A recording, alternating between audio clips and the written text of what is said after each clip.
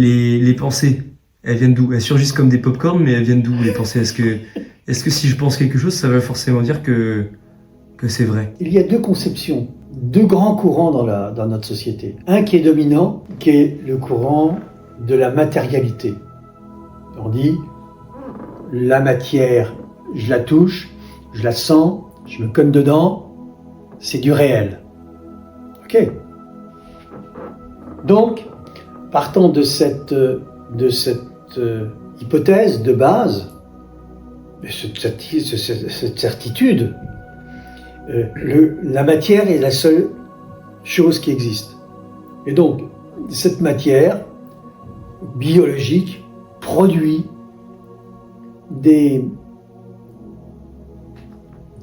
effets, des concepts, des entités virtuelles, immatérielles, ce qu'on appelle les pensées.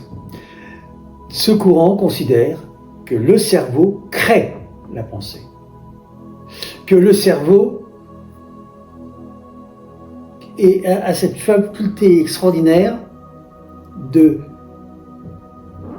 produire des pensées alimentées par des sensations qui sont produites par le corps et des sensations qui sont le résultat de stimuli extérieurs.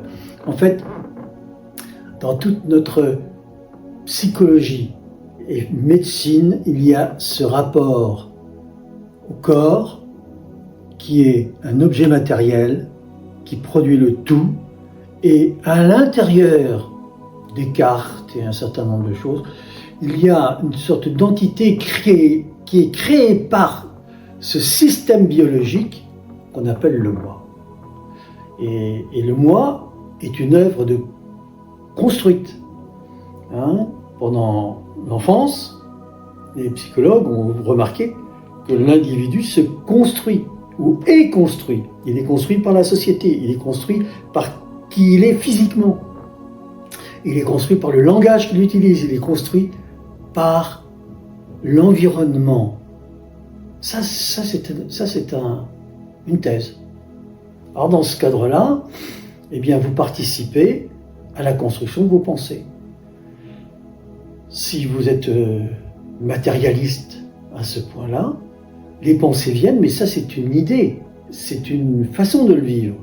Parce que les pensées sont créées par votre cerveau.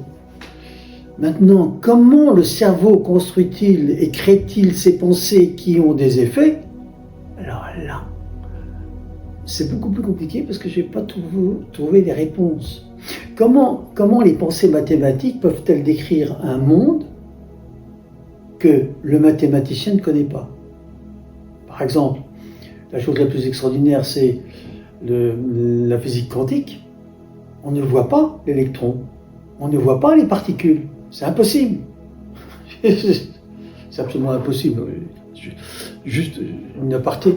Comment pouvez-vous éclairer un électron?